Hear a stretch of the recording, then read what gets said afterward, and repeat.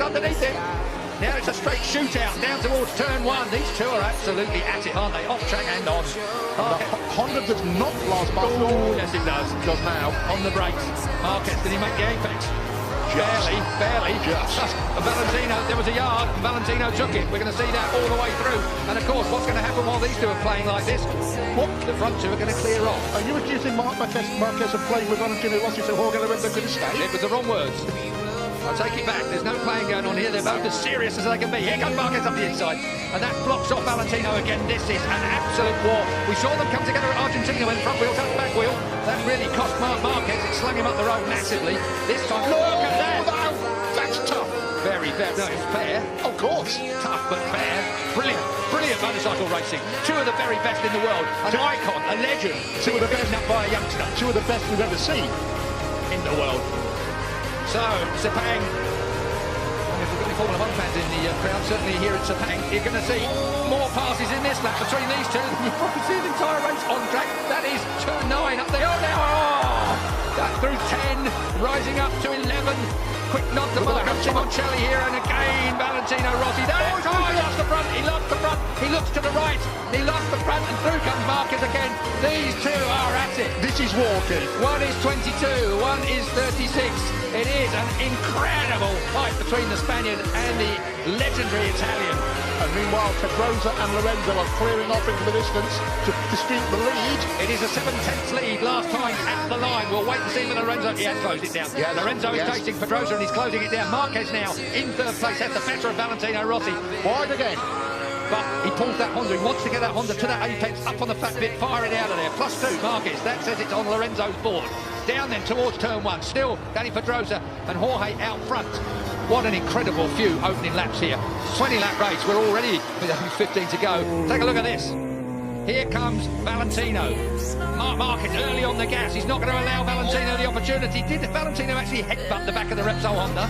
Involuntarily. Through. Oh. Man, you have no idea how hard that is to do, let alone stay on it. How close do you like it? Oh, that close. Walk straight back through. That's a reflex action when a motorcycle slides out from underneath you. Your outside leg comes off. Incredible save there from Valentino Rossi. We saw an even bigger save from Marquez in qualifying. But we've seen Mark have a couple of serious bits of misbehaviour already this race. Look at this. I thought Valentino... We're going to see more yet. Julian, that's a back. Straight underneath and he moves Marquez off the line. Valentino Rossi. And again.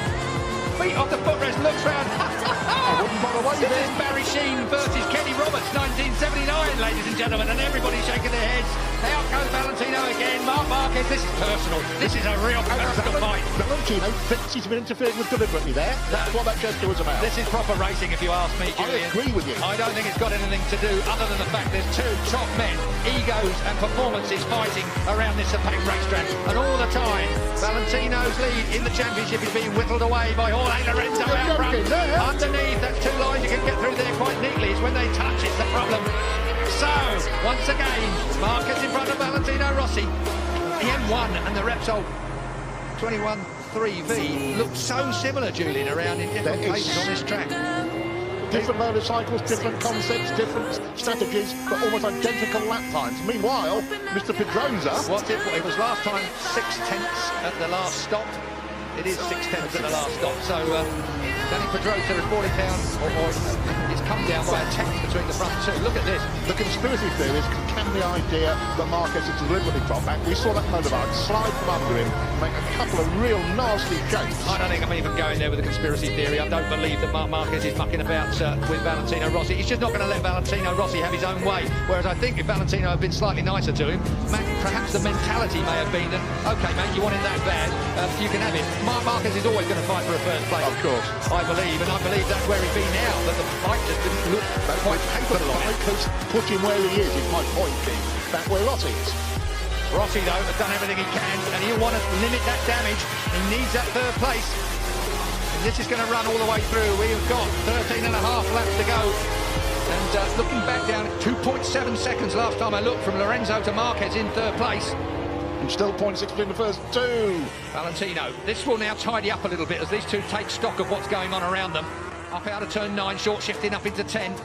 Up through turn 10 they go. And as you look for 11, 65 mile an hour at turn 11. As a bit of curve comes Marquez's way, and Valentino runs a little wide. Now that's turn 12. This is 140 odd mile an hour through there in third gear. It's a hell of a... Oh! And did Rossi stay on? He did, as we're at turn 13. Back to second gear now for the 55 mile an hour. Rossi runs him out. Rossi ran him out. There is going to be a race direction investigation over that. There is going to be Mike Webb at race direction. It's Valentino Rossi, the legend, going to get a penalty. He will get a penalty, I'm fairly sure of that. It almost looked like he looked up and nudged Marquez off the track. This is controversy that moves onto the track. We have had all the controversy off track and in the press conference. Now we have got real trouble coming away. Let's have a look at it. Marc Marquez gets underneath him here. He's hard on Valentino Rossi there, but as they look across, again, with a minute. Here we go. Yeah. Marc Marquez shoves it up the inside. Valentino Rossi has to concede. It's fair from Marquez there. This is the point. Valentino looks at him and runs him out wide and then tangles up with him. I'm afraid, I'm very sorry, and I am a Valentino Rossi fan through and through, but that was not good riding. That was a personal swipe at the ex-world champion, the soon-to-be ex-world champion. And that is Marc Marquez coming down pit lane. Controversy here in Sepang. I can hear the stampede of Livio Super's feet heading for Mike Webb's office. He left before Marc Marquez hit the floor. Mike Webb, race director, he's had difficult decisions to make all the way through here. HRC will be putting in a... There is Livio Super, the man that's got this shaved head. He's not even following Mark into the seat, but I think everybody that saw that... Well, I want to see it again, but that really looked like Valentino Rossi to me. Ran Marc Marquez wide, he was looking at him, he knew he was there. It's to be reviewed after the race, I'm told. Well, obviously. Sherlock comes to mind there. He's looking at him, he runs him out wide, look.